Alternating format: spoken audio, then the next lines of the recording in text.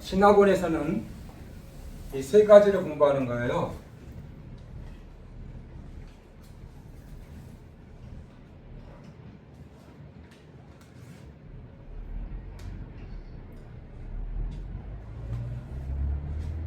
이 세 가지가 균형을 이루어야 건강한 학생과 교회 리더가 될 수 있어요. 그렇죠? 저는 뭘 가르치죠? 실천신학 분야를 주로 가르쳐요. 네, 이번 학기 때는 몇 시간 안 되지만은 신학 개론,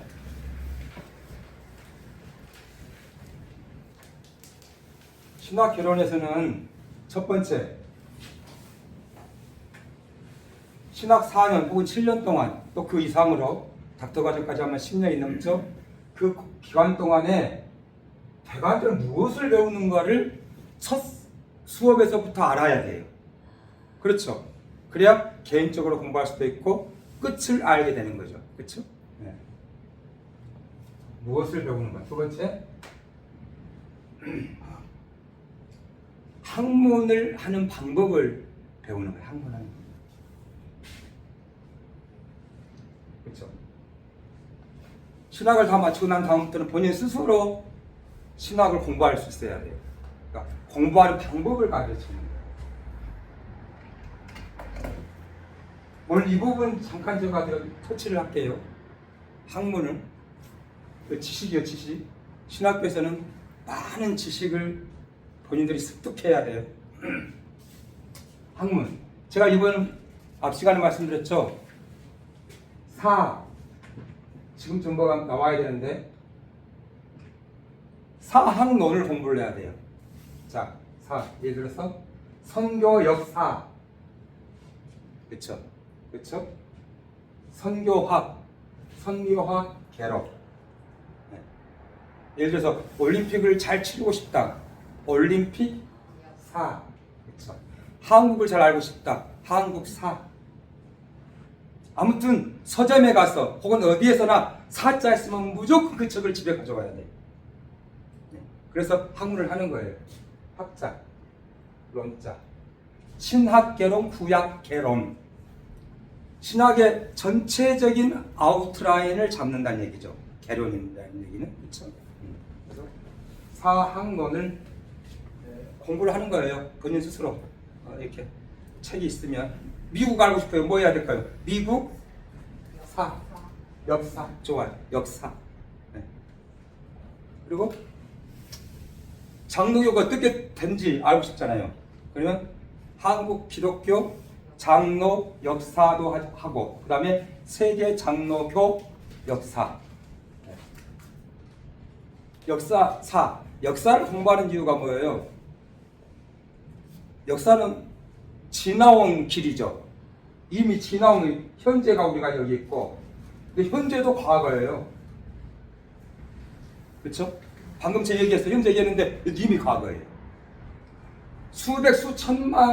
천년 만이 과거가 아니고 바로 과거일 수 있다고 하는 거죠. 네.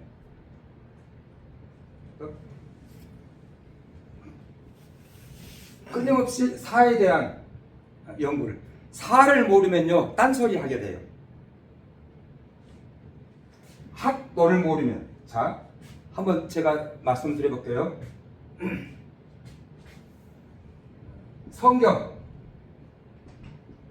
성경을 우리가 신학교에서 혹은 교회에서 또 제자론에서 공부를 해요. 어디에서부터 출발하던가요? 성경 공부할 때 정경에서부터 출발하죠. 정경. 그렇죠?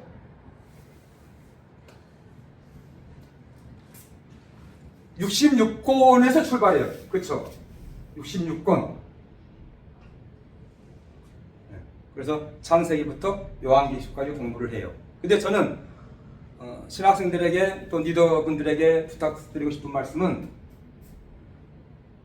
어떻게 66권이 성경으로 됐는가에 대해서 정경 이전의 사실에 대해서 공부를 해야 해요. 그래야 왜 정경인가가 정확하게 밝혀지는 거죠. 그렇죠? 네. 신학교회에 초대 신학교회에 성경이 있었어요, 없었어요? 뭐만 있었어요? 여기 66권 다 있었어요? 우리 66권에서 출발하잖아요. 근데 신학교회는요, 아직 신약 성경이 없어요. 구약만 있어요. 그렇죠? 유대인들은 구약이라고 하지 않아요. 그냥 정경이에요. 그렇죠? 우리 생각이에요. 우리 생각이 구약일 뿐이에요. 자, 근데 모세가 출애굽을 해가지고 광야에서 모세 오경이 주어지잖아요. 그러면은 좋아요.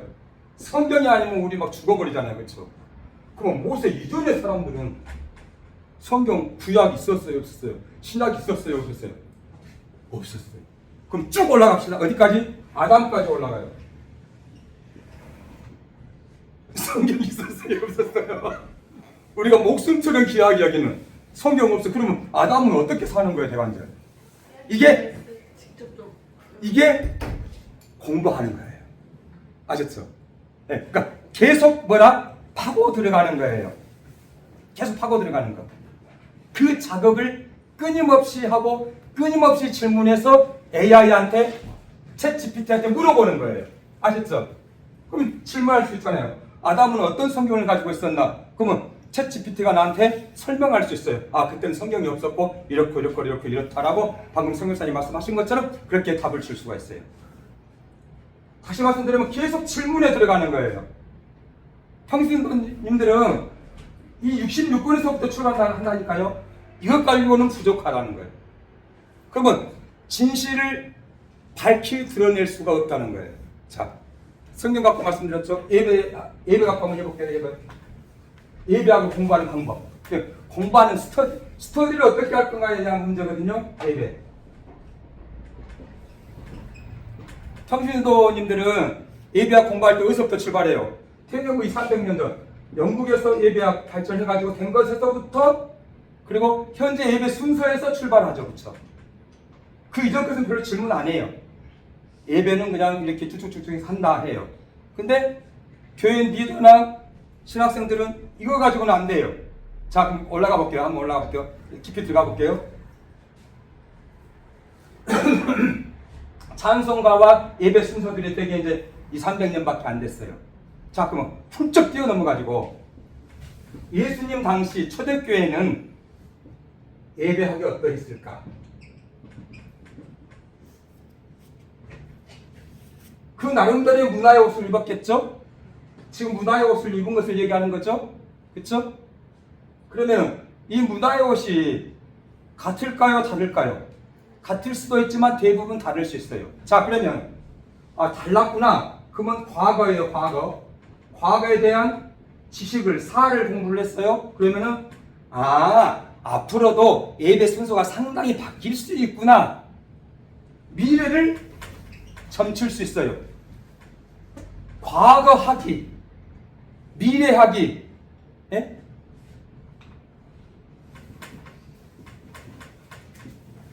지나온 역사 속에서 발견될 수 있다고 하는 사실이죠. 자, 초대교회 왔어요? 초대교회 하나 여쭤볼게요. 최초의 교회가 어떤 교회예요? 제가 그냥 할까요? 예루살렘 교회. 눈만 크게 뜨세요. 틀릴까 봐서. 저도 그래서 교수님들 강의하는 앞에서 교수님들도 안 쳐다봐요. 제가 시킬까 봐서. 자, 초대교회. 예루살렘 교회. 그렇죠? 12사도님들 사역하시다가 노년에 어디 갔어요? 안식처로 간 게 아니고 다 죽으러 갔어요. 근데 진짜 초대교회는 동방 박사님들 팀이 꼭 3명은 아니에요. 그렇죠? 많이 왔을 거 아니에요. 그렇죠? 그 먼 길을 수철기의 길을 그렇죠? 이란에서 왔으니까 상당한 먼 길이죠. 돌아가서 예수 기념교회를 세웠다는 거예요. 그래서 윤석정 목사님은 이 교회를 탐방하고 오셔가지고 유튜브에 올라와 있더라고요. 그러니까 우리가 알고 있는 것에서 다시 한번 질문해야 돼요. 우리가 알고 있는 초대교회가 진짜 초대교회인가 하는 질문, 아닐 수 있다라고 하는 끊임없이 질문을 해나가야 돼요. 자, 예배하고 왔어요. 초대교회까지 왔어요. 그럼 일단 지금 우리하고 다르죠, 그렇죠? 초대교회. 그러면 이 초대교회 예배학은 어디서 왔을까요? 유대교회에서 일단 왔을 거 아니에요. 아직은 완전 옷을 안 벗었어요. 그쵸? 자, 그러면 우리가 했던 성경 없어요. 특히 신약 없어, 신약 없어.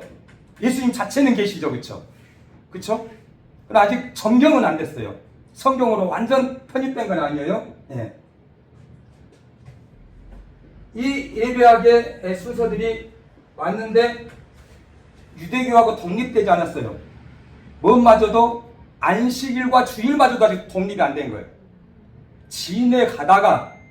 지나오다가 안식일에서 주일로, 안식 후 첫날, 그날이 뭐예요? 주일이죠. 사도행전에 나와요. 사도행전이 역사잖아요. 사도행전 역사가 역사. 사도행전을 깊이 보면 그 초대교회의 역사를 우리가 밝히 알 수가 있어요. 자, 그러면 이제 유대교의 예배학을 공부하게 돼요. 그러면 대표적으로 뭐가 나올까요? 이제 성막이 나오겠죠. 제사들이 나오겠죠. 그렇죠? 아, 이렇게 예배를 드렸구나. 여기서 끝나면 안 돼요. 일반 교회 평신도님들 여기까지 알면 돼요. 근데 목회자님들은, 교회 리더들은 또 질문을 던져야 돼요. 어디까지 질문을 던져요? 이게 어디서 왔는가? 또 한번 해봐야 돼요. 가다가 어디까지 가냐 그러면요, 이 문제에 직면하게 돼요. 어떤 문제에? 홍수에 대한 그 말씀 신화들이 그 이전에도 있었다더라. 창세기에 있는 상당한 부분의 내용들이 다 다른 문화권에 있었더라 라고 하는 사실을 발견하게 돼요. 그러면은 성경에 대한 그 신비감과 그런 것들이 그대로 살아 존재할 수 있어요? 존재할 수 없어요. 그 문명이 뭐냐? 최초의 문명이라 그래요. 수메르 문명이, 수메르 문명. 아, 제가 이것 때문에요, 수년 동안 내가 고민했어요. 수메르 문명에 다 있는 건데 거기서 다 가져왔구만. 그러니까 우리가 생각했던 이 성경의 의미와 하나님의 말씀에 대한 그 완벽한들이 다 깨져버린 거예요. 수메르 문명에서 가져왔대.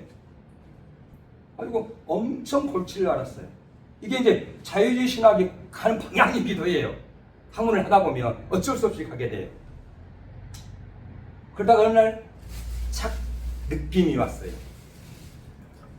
이 수메르 문명의 문화와 삶은 어디에 바탕하고 있을까? 더 올라간 거예요. 더 올라가. 그래서 딱 AI한테 물어보니까 수메르 문명 이전에도 많은 문명 국가들이 있었어요. 쭉쭉쭉 올라가. 수메르도 원래 본질이 거기서부터가 아니에요. 쭉쭉쭉 올라가요. 그러다가 어디까지 올라갈까요? 노아까지 올라가. 아, 결국은 하나님의 말씀이 태초고 거기서부터 흘러내려와서 이 사람들이 영향을 받은구나 하면서 답을 딱 얻고 말씀을 당당하게 힘줘서 피를 토하면서 전할 수 있는 거예요. 이 작업이 뭐라고요? 신학의 작업이라고요. 자, 어디까지 왔어요? 노아까지 왔죠? 노아는 예배를 어떻게 드렸을까요? 우리가 예배학 공부를 한다. 그러면은 잘은 몰라도 초대교회 예배 형태하고 영국의 예배 형태하고 한국교회 예배 형태하고 좀 달랐을 거 아니에요. 그리고 대륙교인분들마다 예배의 형태가 다 다를 거 아니에요. 우리는 신조하면 사도신경을 생각하지만 사도신경 위에 또 많은 신앙 고백 서가 있어요. 행전이 있어요. 예. 신조가 있어요. 신조가. 많은 신조들이. 그런 것처럼 노아에서 끝나지 않고 또 올라가요. 그러면 예배학이 어디까지 올라갈까요? 아담까지 올라가는 거예요. 아담 이상까지 올라가면 이제 천국에서는 어떻게 했는가는 되겠죠? 아담까지 가봅시다. 자, 아담 때에 친구약 성경이 있었다?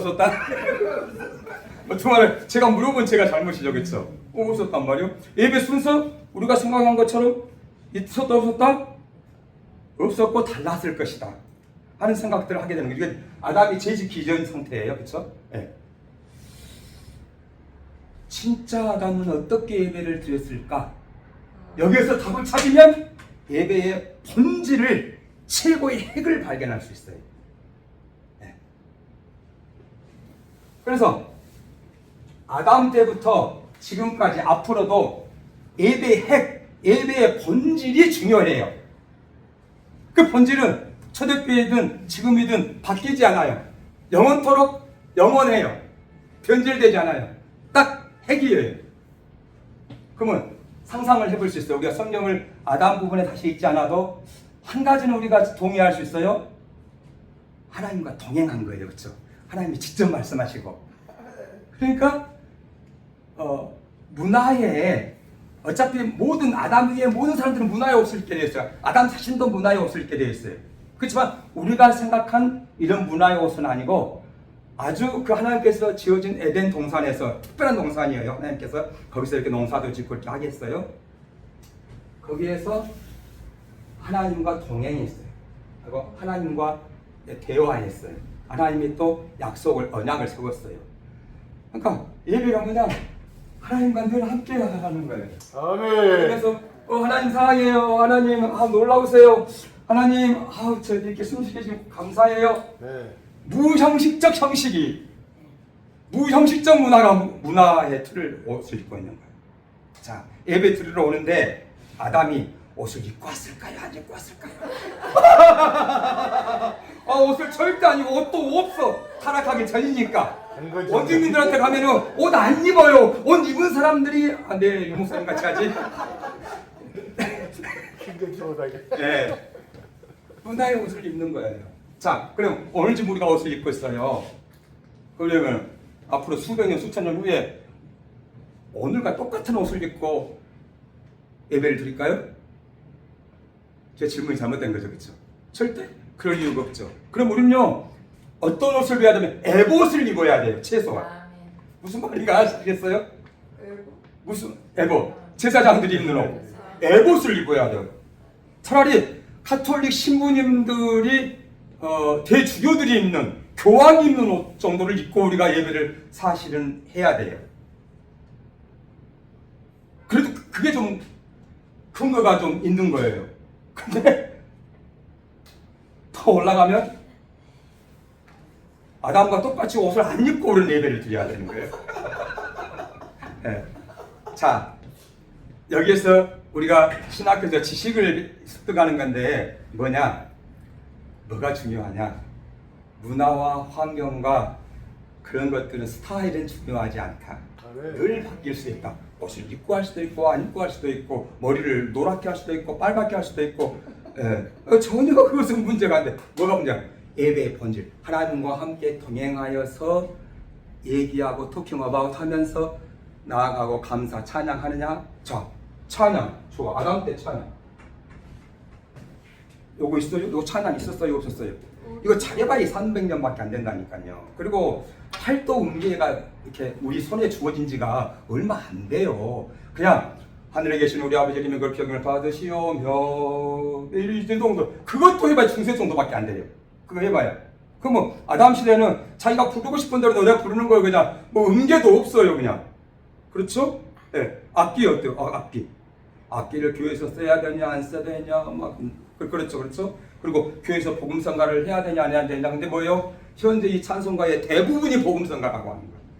그리고 어떤 부분은 비기독교적인, 이것도 어폐가 있지만 비기독교적인 그 리듬이, 예를 들어서 민속음악이나 또 뭐 그 나라의 국가들이 들어와가지고 그대로 그냥 가사만 올려가지고 한 경우들도 있어요. 자, 이렇게 학문을 접근해 들어가는 거예요. 그러니까 교수가 없어도 이제 교수님보다 훨씬 더 많은 정보를 가지고 있는 것이 아니고 공유하고 있어요. 제가 이렇게 상당히 앞서서 얘기를 하는데도 이 질문들을 챗 GPT AI한테 질문하면 그 답을 다 줘요. 신학교 오지 않아도 다 돼요. 네. 왔다 갔다 시간이 아까워요. 집에서 충분히 다 할 수 있어요. 예배약 하룻밤만 딱 공부하면 예배약 다 끝날 수 있어요. 근데 중요한 것은 뭐예요? 챗 GPT한테 AI한테 질문을 잘 던질 수 있어요. 누구처럼? 저처럼. 아담 때는 어떻게 예배를 드렸냐? 초대교회는 어떻게 예배를 드렸냐? 다 물어보는 거예요. 근데 그 질문을 할 줄 모르면 그 답을 얻을 수가 없다는 거죠. 그래서 우리가 예배학을 한 학기 내내 하잖아요. 그렇죠? 텍스트 한 권, 그리고 3-4권 예배학 배우고. 근데 아담 때부터 지금까지 예배학에 대한 것을 딱 하다 보면 한 가지만 남아요. 이거 예배 본질만. 예배가 뭐냐? 본질만 남고 그 다른 것들은 다 다를 수 있다라고 하는 거죠. 그렇게 되면 뭐예요? 교회 리더들이 서로 의견이 있을 수 없고 다양. 제가 가끔 설교에서 말씀드려요. 필리핀에서 신학생들이 함께 예배를 드리는데 매주 예배 순서가 달라요. 다른 게 틀린 겁니까? 그렇지 않죠? 근데 특히 성만찬을 할 때 어떤 성만찬을 할 주일에는 빵을 한 덩어리만 딱 갖다 놔. 네. 어떨 때는 또 우리처럼 똑같이 이렇게 또 잘라서 이렇게 놔두기도 하고, 어떨 때는 쭉 나와서 먹기도 하고, 어떨 때는 또 갖다 주기도 하고. 근데 예배 드릴 때 꼭 함께 참여하는 친구들이 있어요. 강아지들이 함께 예배를 드려요. 예배 드린다는 건 옆에가 있고, 그냥 자연스럽게 와서 그냥 친구들이 앉아서 있어요. 네. 좀 밖에도 나가 있으면 좋긴 좋겠죠. 근데 그냥 일상이야, 일상. 그리고 기도하고 예배를 드리는데, 특히 이제 그 수련회 같은 거 할 때는 처음부터 마지막까지 춤을 춰요. 그리고 설교를요, 두 분이 어떻게 하냐? 서로 이야기하는 거예요. 오늘 교수님이 말씀하신 것처럼 하나님 어떤 분이시죠? 그러면 또 이쪽에 있는 교수님이 하나님은 천지 마음을 창조하신 분이죠. 천지 마음을 창조했어요. 이렇게 서로 대화를 해요. 그러면 신학생들은 그리고 우리는 통상 서서 설교를 하죠. 근데 그분들은요, 당당하게 앉아서 설교해요. 이거 하나의 문화예요, 문화. 네. 그러니까 설교의 본질은 중요해요. 놓치면 안 돼요. 그렇죠? 하나님의 말씀. 자, 여기 한 가지 제가 말씀드릴게요. 말씀을 얘기했어요, 말씀. 여기서 말씀 66권이죠, 그렇죠? 우리 기독교 66권. 구약이 있고, 유대인들은 구약이라고 안 한다고요, 그렇죠? 옛 것이 아니에요. 새 것이에요, 자기네들한테. 그렇죠? 권사님 그러고 싶겠어요? 신약이지, 자기들 말씀이. 네, 신약이 있어요. 예수님께서 이 땅에 오셔서 제자들한테 말씀을 전해요. 근데 60%가 구약 말씀을 그대로 전해요. 본인의 말씀이잖아요. 근데 사람들이 본인의 말씀을 잘못 해석하고 잘못 적용하고 잘못 실천하고 해서 오해가 생기는 부분이 있어. 예수님이 자기 말씀이잖아요. 자기 말씀이니까 자기가 제일 정확하게 알잖아요. 그러니까 딱딱딱딱 신학에서 말씀을 다 잡아줘요.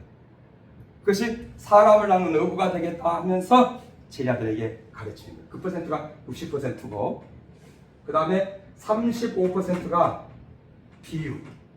그 비유는 구약에서 가져올 수가 없잖아요, 그렇죠?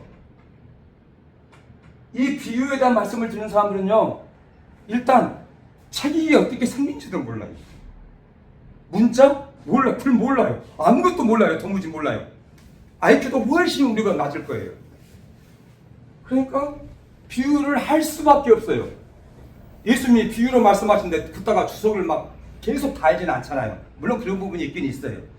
이해를 잘못하니까. 그러니까 시장 바닥에서도 사용할 수 있는 아주 쉬운 말로 35%의 말씀을 하셔요. 그래도 5% 남았죠, 그렇죠? 이것은 이제 치유나 기적 그런 얘기인데 그것은 구약에서 가져올 수는 없잖아요, 그렇죠? 다시 말씀드리면 예수님은 구약의 자신의 말씀을 이 땅에 오셔서 살 기간 동안에 100% 전했다 그렇게 생각하면 돼요. 자, 그러면 베드로 봅시다. 베드로는 60% 구약 말씀이에요. 스데반 집사님은 95% 구약 말씀이에요. 그 다음에 한 사람 남았죠. 누구? 권사님? 바울 사도니? 바울 사도는 유대인들한테는 90%. 왜? 구약 다 알고 있으니까. 또 신약 아직 성경 없다니까요. 아직 없다니까요. 예. 그러니까 구약 말씀을 전할 수밖에 없잖아요. 그래서 95%가 이제 헬라권 문화에서는 이제 2%가 한 50%, 60%로 낮아져요. 그런 것처럼 우리가 알고 있는 것에서부터 다시 질문을 던져야 돼요. 자, 우리 기도 알죠? 기도 수없이 기도에 대한 메시지를 들었죠. 그러면 다시 질문을 신학교에서는 던져야 돼요. 기도가 뭔가? 다시 질문 던져야 돼요. 기도가 뭔가? 그러면 이제 기도의 본질을 본인이 알게 되겠죠. 기도의 본질. 그렇죠? 그럼 이제 기도에 따라오는 기도의 방법들이 있을 거 아니에요. 동성기도, 뭐 침묵기도, 수도자들은 어떤 기도하느냐? 저녁밥 딱 먹고 옷 딱 챙겨 입고 사막으로 가요. 침묵기도예요. 어제까지 새벽까지. 그 이슬 맞고서 딱 들어오면 기도가 끝나요. 밤새도록 한 8시간 정도 그렇게 기도하는 거예요. 또 어떤 분들은 나무 위에 올라가가지고 죽기 전에는 안 내려와요. 그러면 제자들이 음식 올려주면 거기서 또 기도 생활하고 해요. 또 유대인들은 어떻게 기도하죠? 하늘을 보고 기도해요. 그렇죠? 또 손을 들고 기도하고. 또 간절한 기도는 뭐예요? 무릎을 꿇고 기도하고. 그렇죠? 자, 기도에 대해서 계속 깊이 들어가는 거예요. 그러다가 예수님이 어떻게 기도했는가가 포인트가 되는 거예요. 그렇죠? 네. 어떤 유명한 목사님 보니까 유튜브에 새벽기도 하면 안 되는데 사도신경 신앙고백 그 주기도문 하면 안 되는데 막 얘기를 해요. 그것까지는 얘기 안 해도 될 것 같아. 왜? 예수님이 다 하셨잖아. 예수님은 새벽기도만 했어요? 밤새워 기도하시고 이슬 맞고 아침에 새벽녘에 내려오시고 그러잖아요. 기도해요. 그러면 그걸 뻔따야 되잖아요. 그래서 이 기도도 하나의 문화의 옷을 입게 되어 있어요. 그렇죠? 그렇죠? 그러니까 문화는 뭐다? 항상 바뀔 수 있다. 우리는 안녕하세요. 필리핀 사람들은 안녕하세요. 우리는 책을 어떻게 넘겨요? 이렇게 넘기죠. 근데 미국 사람들은 이상해. 사람들이 이쪽으로 이렇게 넘겨요. 위를 넘겨. 희한하죠? 우리는 119죠. 그 사람들은 뭐예요? 911. 네, 다 달라요. 한다고 119, 911 한다고 그 앰뷸런스가 안 합니까? 다 오죠. 다 다른 옷을 입고 있어요. 그래서 리더는 학문을 통해서 다양성을 익히는 거예요. 근데 절대 변하지 않은 게 있어요. 오늘 조직신학 배운 그 부분은 절대 바뀌지 않아요. 그러나 그 이외의 것들은 그냥 다양성이에요. 다를 뿐이에요. 마이크를 사용할 수도 있고 안 사용할 수도 있고 다양할 수 있어요. 그리고 뭐 예를 들어서 강단이 구조도 교회마다 다 다를 수 있어요. 시대마다 다 다를 수 있어요. 그렇죠? 그러면은 진짜 하려면요 우리가요 어떻게 되냐면 성막을 하나 꾸며야 돼요. 최소한 성막 이전까지는 안 가더라도 그러니까 아담까지 가버리면 성막 꾸밀 필요도 없는데 최소한 하려면 제대로 하려면 성막 정도는 해놓고 해야 그래도 제대로 한다고 말할 수 있어요. 그래도 전통을 갖고 나간다 말할 수 있어요. 근데 결국은 그러한 모든 것들도 하나의 문화적 요소라는 걸 기억하고 문화적인 것이 절대적인 것 때문에 사람을 죽여요. 그 사람이 깨지게 돼요. 그 공동체가 깨지게 돼요. 그러나 본질 이해의 것은 다양성으로 이해한다. 그것이 어디에서 되느냐? 신학원에서 이루어지는 작업이에요. 그렇게 학문의 길을 쭉 가는 거예요. 다시 말씀드리죠. 지, 알고, 영성, 그리고 행함. 그렇죠? 이 세 가지가 뭐예요? 균형을 이루는 작업을 하는 거예요. 자, 영성에도 칼라가 있다라고 하는 책이 있어요. 저한테 굉장히 도움이 됐어요. 영성에도 칼라가 있다. 세상에 이 색이 몇 종류나 될까요? 몇 가지나 될까요? 첫 번째, 10,000가지. 두 번째, 100,000가지. 세 번째, 1,500만 가지. 몇 개? 1,500만 가지의 색깔이 있대요. 근데 내가 노란색, 저는 노란색 좋아하거든요. 노란색을 좋아하니까 모든 사람들이 노란색을 좋아한다. 그것은 뭐예요? 아니죠. 그렇죠? 1500만 개의 색상이 있대요. 빨간색도 막 수백 개가 되겠죠. 그렇죠? 수천 개가 되겠죠. 그렇죠? 그러니까 설명을 하려면 1500종류의 색깔을 다 얘기하면서 얘기해야 돼요. 네. 그러니까 우리 권사님은 저거 빨타, 다홍, 주홍 그 정도 색을 좋아하시는구나. 이목사님 흰색. 네. 그래서 뭐가 있어요? 20색상만 있어요.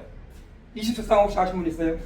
빨다, 주귤, 로, 노, 불록, 초, 청파, 파, 감, 남, 도, 굴, 자, 연. 중고등학교 다닐 때 하나도 못 외우고 이거 딱 하나 배웠어요. 네. 그럼 한번 해볼까요? 창세기 출애굽 해볼까요? 창출, 내면 다 이건 알죠? 네, 이건 내가 알고.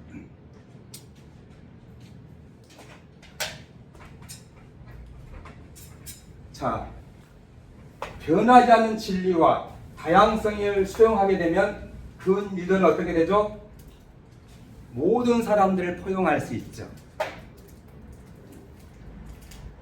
유목사님과 저하고요, 경도 인지장애가 입학을 했어요. 입학을 했는데 우리 날마다 할렐루야 그래. 그래야 죽을 거 아니야, 그렇죠? 근데 경도 인지장애일 때 관리를 잘해야 된다네. 5, 6년 안에는 초기 치매가 된다네. 기억이 잘 안 나. 네. 그러면 뭐예요? 사람이 원래 그러는 거예요. 항상 20대가 아니라는 거예요.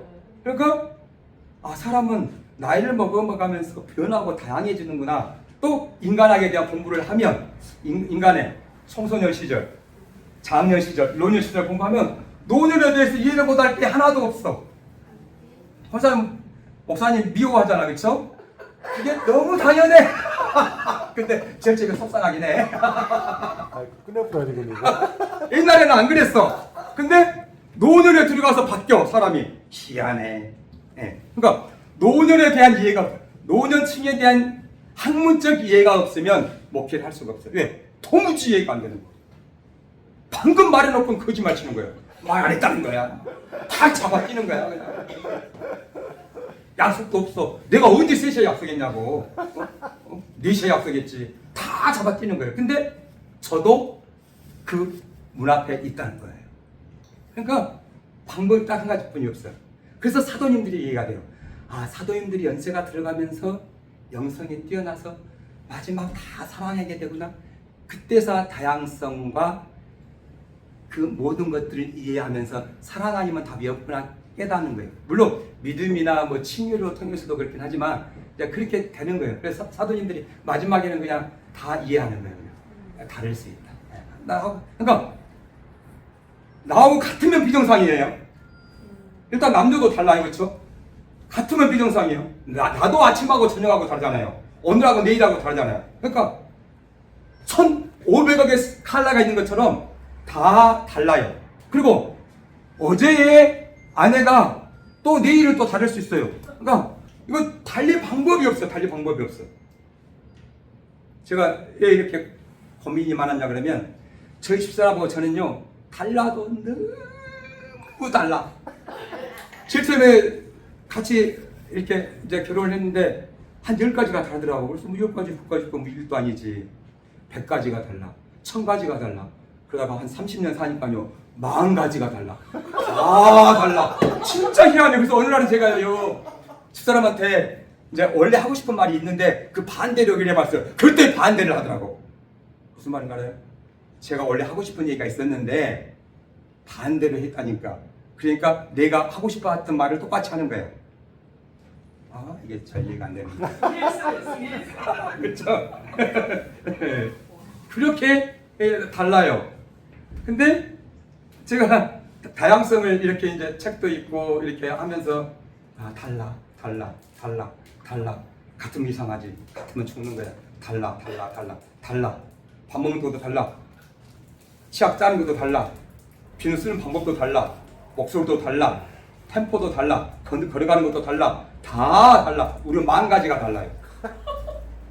한 가지만 똑같아. 하나님 믿는 것만 똑같아. 근데 이 10,000가지 다름에 춤을 추게 돼요. 뭘로? 그걸 인정하고 받아들이고 사랑하면서 이 문제가 다 해결되는 거예요. 교회 공동체에서도 우리가 신학을 공부하는 궁극적인 목적은 바로 더 깊이 들어가서 학문의 중심을 캐고, 그렇죠? 그리고 특별히 강조하고 싶은 것은 이 다양성을 추구해 나가는 거예요. 그렇게 하면서 그럼 목회가 뭐예요? 목회처럼 행복한 게 없어. 목회처럼 좋은 게 없어. 왜? 못 이해할 게 뭐가 있어? 다 받아들이는 거예요. 그렇게 하면서 목회를 하고 아름다운 목회가 되고 또 사역이 전개되는 거예요. 우리 모두는 신학원이라고 하는, 신학이라고 하는 학문 속에 들어왔어요. 학문 속에 들어왔는데 우리는 삶에 집중할 수 있어야 돼요. 제가 이 앞선 시간에 말씀드렸어요. 그 교회를 개척한 그 전도사님 한 분이 신학교에 들어왔어요. 교수님 강의가 도무지 안 받아들이는 거예요. 교수님 불러가지고 그럼 신학교 다니는 당신 다 아는데 뭐하러 신학교 갔냐고 그래요. 네. 늦게서 깨닫고 계속 신학교를 다니더라고요. 신학교는 배우러 온 거예요. 그렇죠? 네. 자기가 아는 것 그 이상의 지평을 펴기 위함이에요. 그래서 우리 포천 신학원이 그런 길을 가고 또 영성 부분과 실천 부분도 뒤지지 않게 해서 또 우리 학생들도 함께 또 수도원도 가고 기도원도 가고 산에도 가고 기도도 하고 이런 일들이 일어나서 정말 개척교회를 위대하게 해낼 수 있고 그 다음에 전도사님 사역을 위대하게 해낼 수 있는 목사님 사역을 이제 여기서 한 학기만 하고 서울로 가야 돼요. 그러니까 아무튼 사역을 해낼 수 있도록 우리 이제 윤 목사님 또 기타 목사님들이 이렇게 심혈을 기울여서 노력을 할 겁니다. 그렇게 아시면 되겠습니다. 자, 제가 프린터물을 알려드립니다.